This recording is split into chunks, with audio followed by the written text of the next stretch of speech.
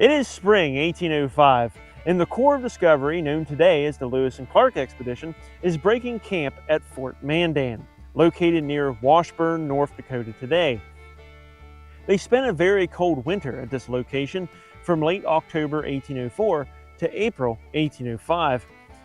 The expedition started their journey west in 1804 as they left St. Louis, Missouri, and traveled up the Missouri River on board 3 boats. For months, they fought rapids and water currents to finally reach their winter quarters in North Dakota, and along the way worked on gathering scientific data, charting maps, and announcing the United States' sovereignty over this land to local Native American tribes. After President Thomas Jefferson purchased this vast western land from France, he commissioned the Corps of Discovery to travel and explore this new addition to his fledgling country, so to map out a path of commerce to the Pacific Ocean. Joining the expedition was Private Patrick Gass, a hardened soldier and frontiersman from Pennsylvania who happened to be a trained carpenter. Upon the death of one of their sergeants, the men of the Corps elected for Patrick Gass to become Sergeant Patrick Gass. Gass was not only working to fix boat masts, build forts, and repair wooden equipment, Gass was also in charge of men. After the winter chill began to go away in the northern prairie, Gass and the rest of the Corps of Discovery would depart their winter quarters, in which Gass would travel further west and see plants, animals, lands, and sights that many of his countrymen never even dreamed of seeing before. Danger awaited the Corps as swift currents, narrow rivers, treacherous walkways, hostile natives, and a powerful natural foe threatened their existence and continuation of their expedition. On April 7, 1805, the expedition split. Joining Gass in traveling west would be 30 men, including Lewis and Clark, 1 woman, Sacagawea, and 1 newborn baby, Sacagawea's son, Jean-Baptiste. However, 13 members of the expedition would turn back to return to St. Louis. These 13 men would return with the keelboat, loaded down with scientific finds like fossils and samples of flora, animal skins and documentation made by Lewis, and charts and maps made by Clark.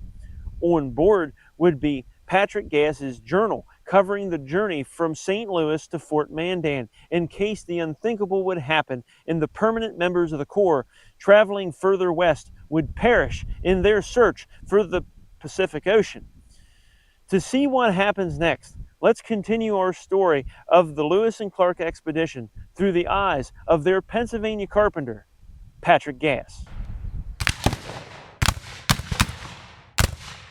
The expedition continued without their keelboat, but they kept 2 pirogues and, with the leadership of their carpenter, Patrick Gass, made 6 canoes over the winter to make up for the lack of their barge. They traveled upriver across the plains of what is now North Dakota to arrive at the mouth of the Yellowstone River, 278 miles from Fort Mandan and 1,888 miles from St. Louis, where they started their journey, of course. They survived on mostly elk and buffalo meat. It was the end of April through May that the expedition began their major encounters with the white bear. Before leaving Fort Mandan, Lewis was told of the ferociousness of the white bear.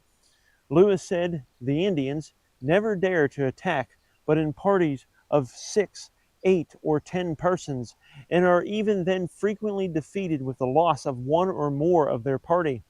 The animal is said more frequently to attack a man on meeting with him than to flee from him. When the Indians are about to go in quest of the white bear, previous to their departure, they paint themselves and perform all those superstitious rites commonly observed when they are about to make war upon a neighboring nation. Patrick Gass recorded on April the 29th the first sighting of the bighorn sheep, but also reported on Captain Lewis and another man killing a white bear. Gass said, "The natives call them white, but they are more of a brown-gray.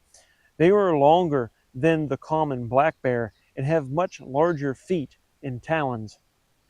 Another white bear encounter occurred on May 5th, in which Lewis wrote, "It was a most tremendous looking animal and extremely hard to kill, notwithstanding he had 5 balls through his lungs and 5 others in various parts. He swam more than half the distance across the river to a sandbar, and it was at least 20 minutes before he died." Gaius recorded the bear's measurements: 3 feet 5 inches round the head, 3 feet 11 inches around the neck, round the breast 5 feet 10.5 inches, the length 8 feet 7.5 inches, round the middle of the foreleg 23 inches, and his talons 4 inches and 3/8 of an inch. Clark wrote that this bear weighed between 500 to 600 pounds, and he referred to it as the grizzly bear. On May 14th, 6 hunters of the Corps fired upon another grizzly bear that was nearly 500 pounds. The bear charged the hunters and scattered them and followed 2 hunters that ran towards the river.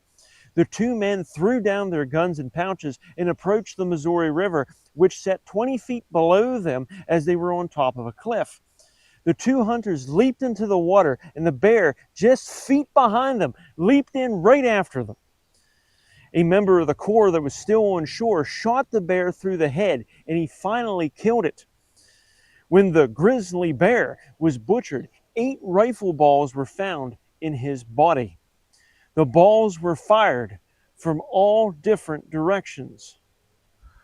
On May 6th, Lewis wrote, "I find that the curiosity of our party is pretty well satisfied with respect to this animal. I'm sure that the Corps would have been fine with not running into any more of these grizzly bears again." It is the Lewis and Clark expedition that named the grizzly bear, meaning terrifying or gruesome bear. In 1815, it was officially classified as Ursus horribilis, or horrible bear in Latin. The modern spelling of grizzly bear changed the meaning to focus on their fur being grizzled or gray-tipped, but the original meaning held power in the mind of Lewis, who wrote, "I must confess that I do not like the gentleman and had rather fight 2 Indians than 1 bear." At the end of May, the Corps of Discovery entered the Missouri River breaks, a desert environment in which the river was bordered by tall, steep cliffs. Animals were not plentiful, with just some bighorn sheep living on top of the cliffs. Gaius referred to this area as barrenness and desolate, as they passed through the most dismal country I ever beheld, nothing but barren mountains on both sides of the river, as far as our view could extend. The only point of interest was a buffalo jump, in which over 100 dead buffalo were lying below a cliff that the natives ran them off of. The Corps then arrived at a fork in the river. 2 mighty and navigable paths laid in front of them, but which one was the Missouri River? This was important because the Mandan said the Missouri took the Corps to the friendly Shoshone people, who would have horses to allow them to navigate the Rocky Mountains. Taking the wrong route would spell absolute disaster to the Corps. It was decided to send 2 parties to scout both routes. Clark, Patrick Gass, and 4 others traveled up the South Branch over 40 miles, and Lewis and 6 men traveled up the North Branch 60 miles. The key was the falls. The Mandan said there would be a great falls on the Missouri River. Neither party found these great falls. However, based on information from the Mandan and Sacagawea, Captains Lewis and Clark agreed that the South Branch was the Missouri River, despite many of the men holding a different opinion. They named the other branch Maria's River, after Lewis's cousin, Maria Wood. On orders, the Corps left one of their 2 pirogues on an island at the mouth of the Marias River and cached some of their provisions that they did not need on the remaining journey to the Pacific Ocean. This buried cache of provisions included corn, pork, flour, some powder and lead, and other articles totaling about 1,000 pounds buried in the dirt of the island for their return trip home.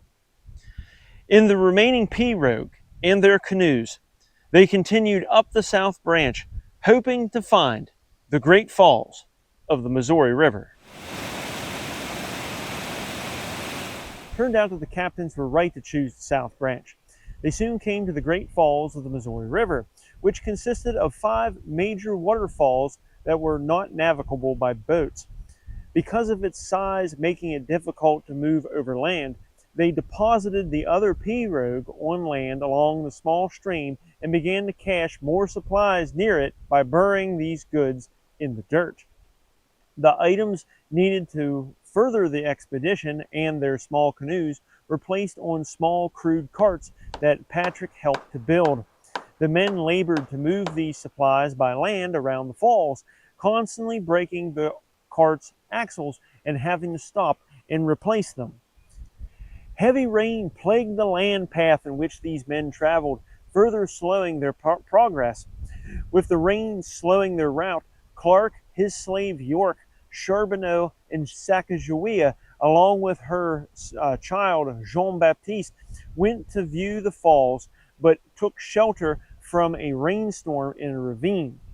Quickly, the ravine began to fill with water, which Clark quickly charged up the hill, pushing Sacagawea and her child up the hill to Charbonneau. Before he could get out of the ravine, though, Clark was up to his waist in water, and it quickly rose to 15 feet deep of roaring water, carrying rocks and mud along with the torrent. Sacagawea lost the baby's clothes, and both her and Jean-Baptiste were cold. Clark hurried them back to the upper portage camp at the top of the falls so they could warm up and survive. While at the upper portage camp, waiting for the men to move the supplies and canoes across the muddy landscape, Lewis employed Patrick Gass's carpenter skills in bringing Lewis's experiment to life. Lewis's experiment was a metal framework of a boat in which he planned to deploy in just this occasion when he could not move the pirogues further upriver. The experiment was a metal framework in which could be transported easily across land, assembled, covered in elk skins, and sealed with pine pitch to create a watertight craft that could haul their supplies up the river. The problem was there was no pine in the area, and pine pitch had to be substituted. For 2 weeks, Patrick Gass and his men labored at the experiment, while the rest of the men were engaged in hunting and slowly moving all of the supplies by land upriver to the upper portage camp. Without pine pitch, Patrick used tallow and coal dust to seal the expedition's new boat. On July 9th, they launched the experiment onto the waters of the Missouri. The tallow and coal dried out, cracked and scaled off, and water poured into the experiment. Before it completely sank to the bottom of the river, however, the crew quickly hauled it to shore, where Lewis and Patrick Gass, respectively, gave the intrepid but useless craft a proper burial the next day. The captains agreed that 2 more canoes would need to be made to make up for the lack of Lewis's experiment. After nearly a month trying to get past the Great Falls of the Missouri, the expedition was back on the river, heading west. On July 19th, the expedition passed through the Gates of the Mountains, which was a cut into the mountains that the Missouri River passed through. It was named as such by Lewis and still called by that name today. The Rockies were in full view at this point. While traveling upriver, the expedition kept their eyes open for the Shoshone or any signs of Sacagawea's people. On July 29th, the Corps arrived at the Three Forks of the Missouri. 3 large rivers came together here to form the headwaters of the mighty Missouri River, and Lewis and Clark's Corps of Discovery now had the honor to name those rivers. The North Branch was named the Jefferson, after the President of the United States of America. The Middle Branch was named the Madison, after James Madison, the then Secretary of State and a future president. The South Branch was named Gallatin after Albert Gallatin, the then U.S. Secretary of the Treasury. The Corps rested here and aired out their baggage as they learned from Sacagawea that it was in this area she was captured by the Hidatsa, showing that they were ever so close to her people, the Shoshone, or referred to by Gass as the Snake People. Choosing to travel up the North Branch, or the Jefferson, the Corps continued onto their journey. Eventually, a forward scouting party, including Lewis and Patrick Gass, explored the river ahead where they found a fork in the Jefferson. They chose the West Branch as the continuation of the Jefferson River, but today it is called the Beaverhead River. Lewis and Gass continually kept an eye out for any fresh signs of the Shoshone Nation. While traveling the Beaverhead River, Patrick Gass stayed with the canoes as Lewis and others scouted ahead to find the Shoshone. As they approached the headwaters of the river, it got narrower and shallower as they went. Within just miles of a fork in the Beaverhead, Patrick said, "The water is so shallow that we had to drag the canoes one at a time, almost all the way." Here, Lewis returned with 20 native Shoshone with 20 horses, who agreed to lend the Corps some horses to help carry their baggage over the Lemhi Pass. Near these forks, the Corps established Camp Fortunate, a fine name for their current situation, as they finally found the very native peoples that could help them.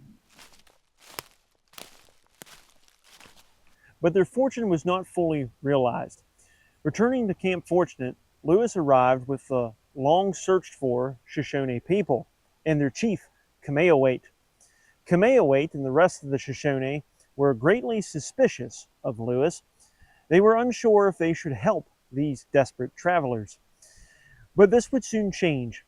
Immediately at the arrival of this party, Sacagawea recognized Kameawait as her brother, furthering the fortunate luck of the Lewis and Clark expedition. The Shoshone and their horses helped move the expedition's baggage over the Lemhi Pass in modern Idaho, and which dropped down into the Lemhi River Valley and traveled to the natives' village along that river. This is 4 miles north of Tendoy, Idaho.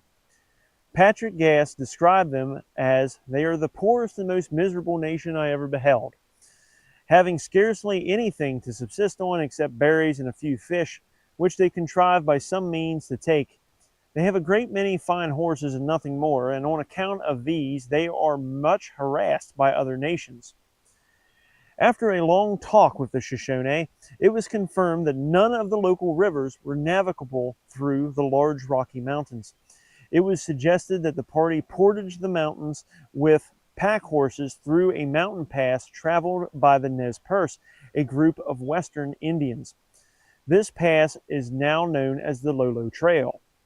The trip over the mountain would not be easy, but the Nez Perce used the pass to travel with families in tow to hunt buffalo on the Great Plains, so it was doable for Lewis and Clark's men.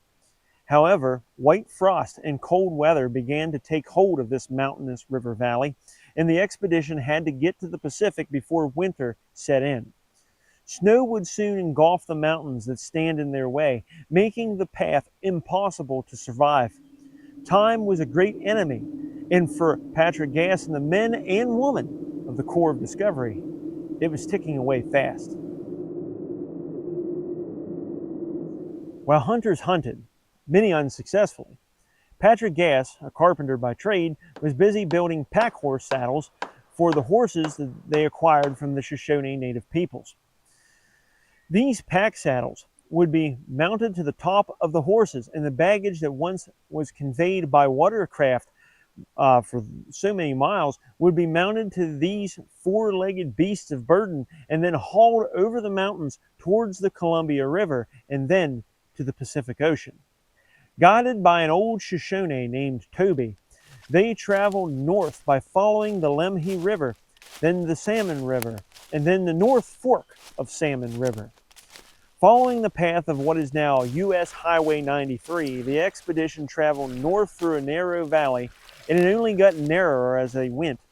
Gass called this the worst road that was ever traveled, saying that the creek is become small and hills come close in upon the banks of it, covered thick with standing timber and fallen trees. Injury to horses became an issue, and in the mountains in September, there was constant threat of snow. The expedition arrived at the entrance of the Lolo Trail on September 9th, 1805, resting there for a day. This camp was called Traveler's Rest. Soon, they would pass through the mountains via the Lolo Trail, following what is now U.S. Highway 12 in the Lolo Motor Highway. The mountain trail was treacherous. Steep and rocky areas risked the lives of horses and men. One horse slipped and fell 100 feet, but luckily it was not hurt very much. The cold weather and snow threatened their advancement, but the lack of game to hunt and thus food to eat for both man and horse became an issue. Finding grass for the horses was extremely difficult, and deer was very scarce. It was the lack of food that drove the party to butcher young horses to eat as they burned thousands of calories crossing the mountains. On September 14th, the hunters only killed 3 pheasants to feed upwards of 30 hungry men. Lewis broke out his portable soup, which was a dry powder survival food used in that period's army rations. Gass describes this event as such. So Captain Lewis gave out some portable soup, which he had along, to be used in cases of necessity.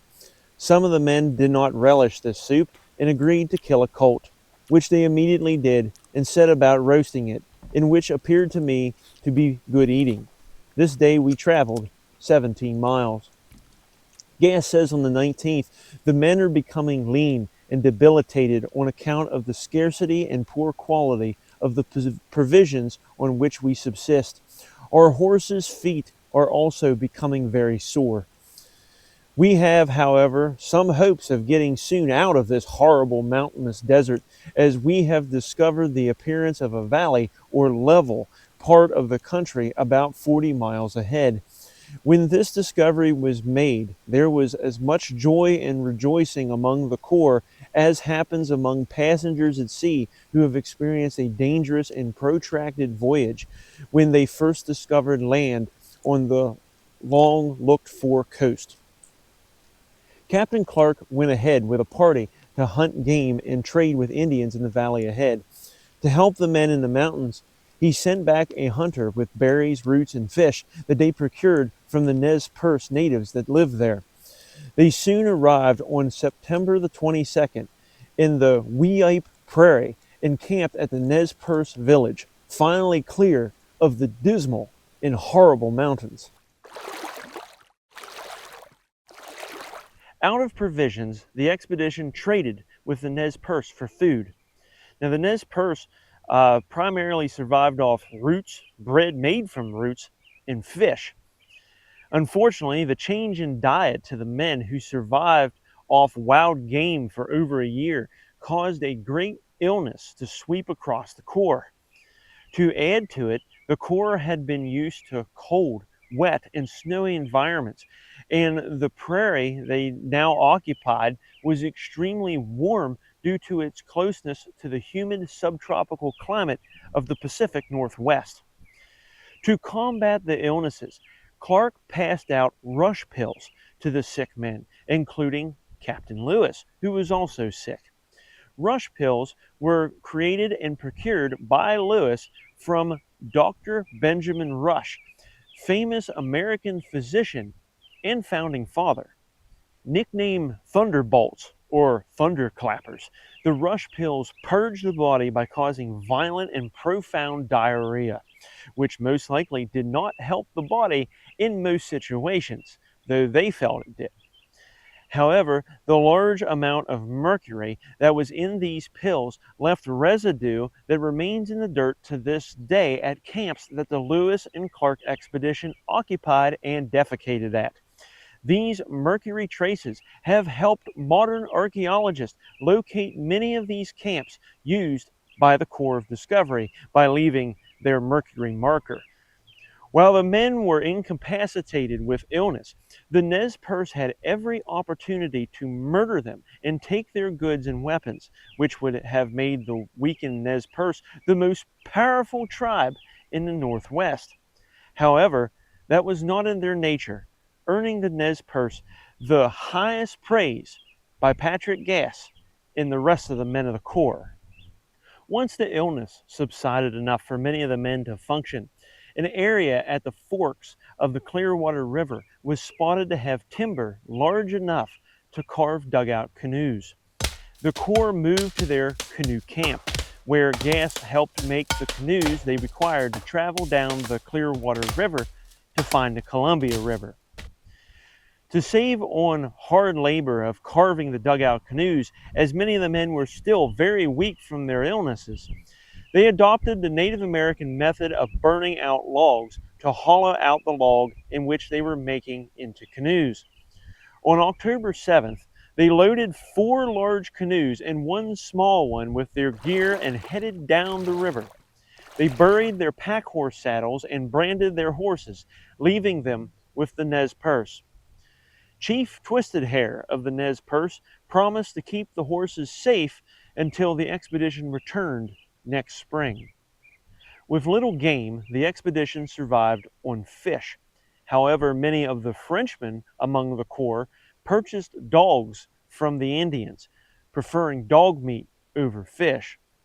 Though the other ethnicities of the Corps didn't think too kindly about eating dog, many switched their opinion as they were accustomed to eating red meat, and fish desperately disagreed with them. Even Patrick Gass wrote that dog meat, when well cooked, tastes very well, and which we find strong, wholesome diet. Toby, their old Shoshone guide, left them on October 9th, and on October 10th, they arrived at the junction to the Snake River, or the Kuskoski to the Nez Perce. They followed the Snake River to its junction with the Columbia River, located in Washington State. At the Columbia, they witnessed the dying salmon that had already spawned at that particular time of year. Now, these fish were not fit for eating, and still there was very little game present in the plains. So they purchased more dogs from the local native tribes. These tribes that they ran into at this point were the Yakimas, the Wanapans, and the Walulas, or the Walla Wallas. Canoeing down the Columbia River, the Corps traveled over rapids and had to navigate multiple narrows of swift waters and falls. In the distance, they were able to spot Mount Hood and Mount St. Helens, 2 active volcanoes in the area. Passing by what is now Portland, Oregon, the expedition began to reach the brackish waters of the mouth of the Columbia in the beginning of November 1805. The weather turned very dreary and rainy. Porpoises were spotted in the salty water, and the tide and waves made it difficult for the dugout canoes to navigate. On November 15th, Patrick Gass first viewed the Pacific Ocean. That evening, they set up camp on a sand beach, and Gass stated that with the rain, the wind, the storms, the ocean before him was more raging than Pacific. After traveling over 4,100 miles, the Corps of Discovery made it to their destination. At the mouth of the Columbia, the expedition interacted with the Chinooks, the natives that lived off the fish and roots of the land here. In search for a bountiful location to build their winter quarters, the men traveled all over the north side of the bay. On November 20th, while Clark was exploring up the coast of now Washington State, his party, according to Gass, killed a remarkably large buzzard of a species different from any I had seen. It was 9 feet across the wings and 3 feet 10 inches from the bill to the tail. This species is now known as the California condor. On November 24th, 1805, the captains took a vote from every individual of the expedition on what they should do for winter quarters. They needed game for food, salt to flavor and preserve their meat, a warm climate due to their worn-out clothes, and they needed friendly Indians to trade with. The majority voted to travel across the Columbia River to the south side of the mouth because there was more game such as elk over there. Also, they wanted to stay near the seacoast so they could harvest salt and hopefully maintain a communication with the bay that could see European ships arrive for trading with the natives. The coast also had a subtropical climate that was warmer than the country that laid more inland. In this official vote among Americans, Sacagawea, a native woman, and York, an enslaved African American, were allowed equal votes to the white men of the expedition. This is the first time this occurred in American history. After struggling to cross the southern side of the Columbia River due to the rough weather, and after meeting local natives called Clatsop, the Corps decided on a location of their winter camp. Like Fort Mandan, founded near the Mandan villages, this fort would be named for the local native tribe.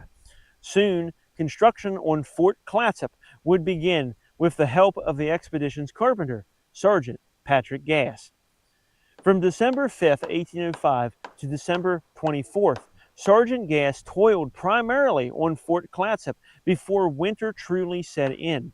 Despite the very rainy weather of the Northwest dampening the worksite, warm weather of the climate graced the Corps as they hurried along with the fortifications. Finally, on Christmas Eve, the covers of the huts were complete, and the men and women could sleep without the rain chilling their bones. On Christmas Day, the men paraded at daybreak and fired their guns to wish Captain Lewis and Captain Clark a very Merry Christmas. Patrick Gass writes, "In the course of the day, Captain Lewis and Captain Clark collected what tobacco remained and divided it amongst those who used tobacco as Christmas gift. To the others, they gave handkerchiefs in lieu of it. We had no spirituous liquors to elevate our spirits this Christmas, but of this we had but little need, as we were all in very good health. Our living is not very good. We have no kind of provisions but meat, and we are without salt to season that." After Christmas celebrations, work had to be done. A crew was sent to the coast to begin distilling salt from the ocean water. Salt was important to preserve and store meat and to make it palatable to eat. As the climate was warm here, meat spoiled quickly and was a great burden to the Corps as they hunted and gathered meat, but lost it due to rot. By December 30th, the fortifications were complete to Fort Clatsop. When some of the men who went to set up the salt works did not return, Sergeant Gass and a man named Shannon set out to check on them. Trekking across land, the two men survived on elk meat, elk tongue, and elk bone marrow. They came across a creek that they could not cross without a boat. They made a raft but found that the raft would only carry one man at a time. Shannon went first, and then he shoved the raft back to Gass, but the problem was it stopped in the middle of the creek. Gass quickly removed his clothes and swam to the raft in the cold water, returning it to his previous location to retrieve his clothes along the bank. He then crossed the creek in safety to Shannon, and both men continued on their way. Soon, Gass and Shannon arrived at the salt works and found that a detachment of men did go back to the fort with a bit of salt for Lewis to examine its quality.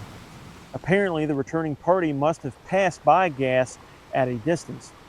The next day, Captain Clark with 14 men with Sacagawea arrived on their way to see a beached blue whale on the beaches south of the salt works. When they returned, they told Gass that they found the skeleton of the whale, which measured 105 feet in length and the head 12. The natives had taken all the meat off its bones by scalding and other means for the purpose of trade. Gass remained at the salt works until January the 13th, 1806, and then he traveled back to the fort. By the end of January, Fort Clatsop experienced freezing weather and 9 inches of snow, the first this subtropical climate allowed during that season. An oddity to the majority of the men on the expedition who were used to seeing snow in October and November. However, rain was still affecting the group as almost every day there was rain. Another oddity to the men. Suddenly, the men at the salt works began falling ill. Men from the fort had to relieve them and carry many of the sick men back for Lewis and Clark to treat. Meanwhile, Patrick Gass and 2 men went out hunting. In pursuit of a gang of elk, they stripped off their heavy outer clothes to avoid oversweating, which is a killer in a survival situation. However, they were unable to return to their clothes before dark as a heavy rain began to fall. They were forced to take cover under an elk skin in just their shirts and their overalls. Patrick Gass described this as a most disagreeable night. On February 17th, the production at the salt works was halted since they had 4 bushels of salt made, and that was determined by the captains to be enough to get them through the mountains into the cache of salt stored at the headwaters of the Missouri River. February and March saw the Corps having difficulty finding game to eat. Hunters were unsuccessful, forcing the men to fish, who happened to have just a little bit more luck than the hunters did. They resorted to trading with the natives for fish, roots, and dog to sustain themselves. The winter also saw the men working to make moccasins, as the natives in this part of the country did not use them and often walked barefoot when there was even snow on the ground. By March 13th, Patrick Gass reported that in preparation for crossing back over the Rocky Mountains, the 33-person Corps had 338 pairs of moccasins made between them. This is a little over 10 pair per person, as they would wear out extremely quickly in the rough terrain. Local natives would often visit Fort Clatsop. Native men would often steal tools or equipment, which was very disagreeable to the men of the Corps who were working to try to survive themselves. Women were often brought to the quarters of the men, and they were sold as prostitutes, usually a practice urged on by the older Native American women.